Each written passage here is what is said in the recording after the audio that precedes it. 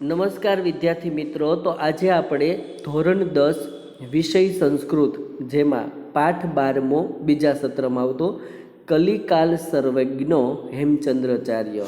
કલિકાલ એટલે કે એક સમયના સર્વથી શ્રેષ્ઠ એવા હેમચંદ્રાચાર્ય. બરાબર, આ પાઠની અંદર આપણે હેમચંદ્રાચાર્ય વિશે ભણવાનું છે. હેમચંદ્રાચાર્ય ટૂંકનોંધ પણ પૂછાય છે. કલિકાલ સર્વજ્ઞ હેમચંદ્રાચાર્ય આવી પણ ટૂંકનોંધ પૂછાય છે. એટલે આ ટૂંકનોંધ જ્યારે પૂછાય હેમચંદ્રાચાર્ય, તો એના માટે આ પ્રસ્તાવના છે એ ખૂબ જરૂરી છે. જુઓ, હેમચંદ્રાચાર્ય ગુજરાતના સાંસ્કૃતિક ઇતિહાસમાં કલિકાલ સર્વજ્ઞ હેમચંદ્રનું નામ ખૂબ પ્રસિદ્ધ છે. એ એક સમયના સર્વથી શ્રેષ્ઠ હતા હેમચંદ્રાચાર્ય. એમનો જન્મ 1145 બરાબર, એટલે કે 1145 કાર્તિકી પૂર્ણિમા, કારતક મહિનાના પૂનમના દિવસે અમદાવાદ જિલ્લાના ધંધુકા ગામે થયો હતો. જો આ હેમચંદ્રાચાર્ય ટૂંકનોંધ પૂછે તો હેમચંદ્રાચાર્ય છે એ કલિકાલ સર્વજ્ઞનું બિરુદ મળેલું છે. એમનો જન્મ 1145 કાર્તિકી પૂર્ણિમાના દિવસે અમદાવાદ જિલ્લાના ધંધુકા ગામે થયો હતો. તેમનું નામ ચંગદેવ રાખવામાં આવ્યું હતું. જન્મનું નામ એમનું, બાળપણનું નામ ચંગદેવ હતું. જો એના નામ છે એ પોતાના શિક્ષણ પ્રમાણે નામ છે બદલાય છે. બાળપણનું નામ જન્મ વખતનું ચંગદેવ હતું. આ ચંગદેવ એટલે કે હેમચંદ્રાચાર્ય માત્ર 8 વર્ષની વયે ખંભાત મુકામે દેવચંદ્ર સુરીજી મહારાજ પાસે દીક્ષા લીધી. જુઓ, આ ચંગદેવ માત્ર 8 વર્ષના હતા ત્યારે ભણવા માટે ગયા. ક્યાં? તો કે ખંભાત, ત્યાં દીક્ષા લીધી. પછી તેઓ ત્યાં ભણ્યા અને ત્યાં તેમનું નામ સોમચંદ્ર બન્યું. એટલે ચંગદેવમાંથી દેવચંદ્ર સુરીજી પાસે ભણવા ગયા, ત્યાં તેમનું નામ સોમચંદ્ર બન્યું. અને પછી માત્ર 21 વર્ષના થયા ત્યારે તેમને આ સુરી પદ પ્રાપ્ત કર્યું. બરાબર, આ સુરી છે એ નામ નથી પણ એક પદ છે, એ એમને પ્રાપ્ત કર્યું અને હેમચંદ્ર સુરી નામે ઓળખવા લાગ્યા. એટલે જુઓ, હેમચંદ્રાચાર્ય છે 1145માં જન્મ, કાર્તિકી પૂર્ણિમા, અમદાવાદ જિલ્લો, બાળપણનું નામ ચંગદેવ, 8 વર્ષે દેવચંદ્ર સુરીજી મહારાજ પાસે દીક્ષા લીધી અને સોમચંદ્ર બન્યા અને 21 વર્ષના થયા ત્યારે હેમચંદ્ર સુરી નામે ઓળખવા લાગ્યા. પોતાના જમાનામાં ઉપલબ્ધ એવી બધી જ વિદ્યા શાખાઓનો તેમને અભ્યાસ કર્યો.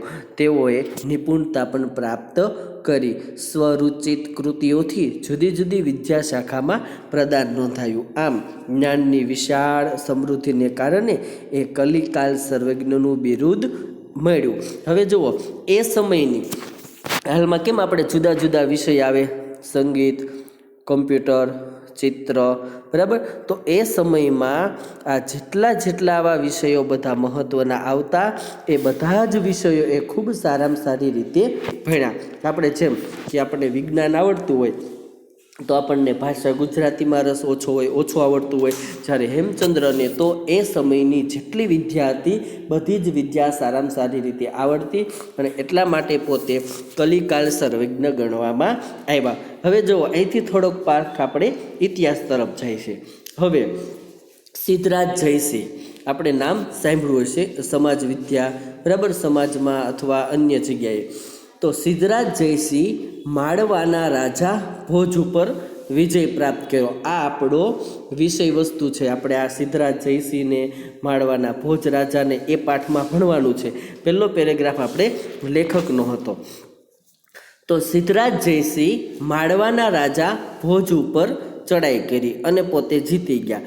પુષ્કળ ધન અને તેનો ગ્રંથગાર પોતાની સાથે અણહિલપુર લાવ્યા. આ સિદ્ધરાજ જયસિંહ છે એ ભોજરાજા ઉપર ચડાઈ કરી તો એનું બધું જ ધન એમને મળ્યું, સાથે સાથે એનું પુસ્તકાલય લઈ અને પાટણ આવ્યા. અણહિલપુર એનું જૂનું નામ. અને ત્યારે તેમને આવકારવા માટે, એમનું સ્વાગત કરવા માટે એક ટોળું ઊભું હતું. એટલે ઘણા બધા લોકો હતા અને એ વિદ્વાનોના અગ્રણી, એનું આખું આયોજન કરનાર હેમચંદ્ર હતા. ત્રીજો પેરેગ્રાફ આપણે પાઠની અંદર ભણવાનો છે કે એવું કહેવાય છે કે કીર્તિ યશ્ય જીવિત, જેની પાસે કીર્તિ છે એટલે કે જેની પાસે કરેલા સારા કર્મો છે, સારા કામ છે, એ જ માણસ જીવે છે.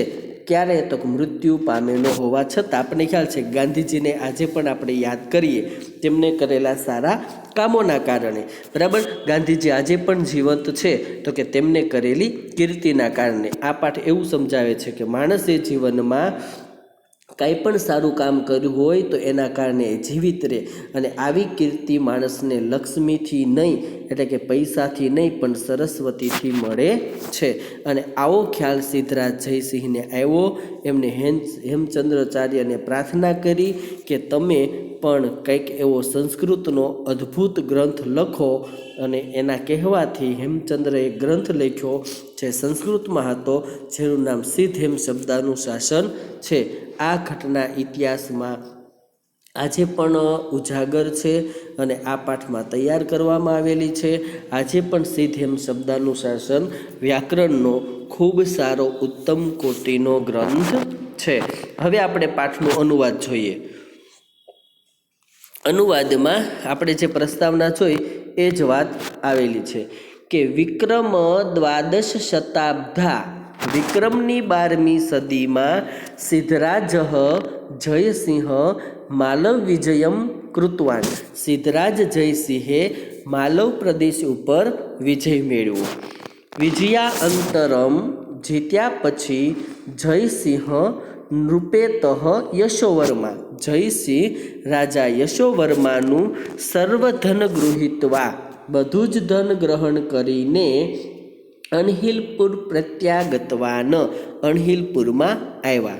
ધનેન સહ તત્રત્ય ગ્રંથગાર અપી, ધનની સાથે તેનું પુસ્તકાલય પણ તસ્ય હસ્તગત જાત, એના હાથમાં આવ્યું. હવે જુઓ, જયસિંહ માલવ રાજા ઉપર વિજય મેળવો તો એ જીત્યા એટલે એનું ધન અને એનું પુસ્તકાલય બે કોના હાથમાં આવ્યું તો કે સિદ્ધરાજ જયસિંહના હાથમાં. અસ્મિન ગ્રંથગારે, જે ગ્રંથગાર જે પુસ્તકાલય હતું તેમાં બહવ અનુપમ ગ્રંથ આસન, ઘણા બધા અનુપમ ગ્રંથો હતા. તેશું, તેમાં ભોજેન વિરચિત, ભોજ રાજાએ રચેલું સરસ્વતી કંઠભાર નામ, સરસ્વતી કંઠભાર નામનું પ્રસિદ્ધ ભોજ વ્યાકરણમ એકતમ આસિદ, ખૂબ પ્રખ્યાત એવું ભોજ વ્યાકરણ પણ એક હતું. પહેલો પેરેગ્રાફ. વિક્રમની 12મી સદીમાં સિદ્ધરાજ જયસિંહે માલવ પ્રદેશ ઉપર વિજય મેળવ્યો. વિજય પછી જયસિંહ અણહિલપુર આવ્યા અને તે બધું જ ધન અને સાથે સાથે પુસ્તકાલય પણ લાવ્યા. આ પુસ્તકાલયમાં કેટલા બધા અર્જુન અનુપમ ગ્રંથ હતા અને તેમાં સૌથી એક શ્રેષ્ઠ અને સૌથી એક સારું પુસ્તક હતું સરસ્વતી કંઠભાર નામ. બરાબર, વિકલ્પમાં પૂછાય ભોજ રાજાએ રચેલું પુસ્તક, તો સરસ્વતી કંઠભાર નામનું એક ખૂબ જ પ્રખ્યાત પુસ્તક હતું.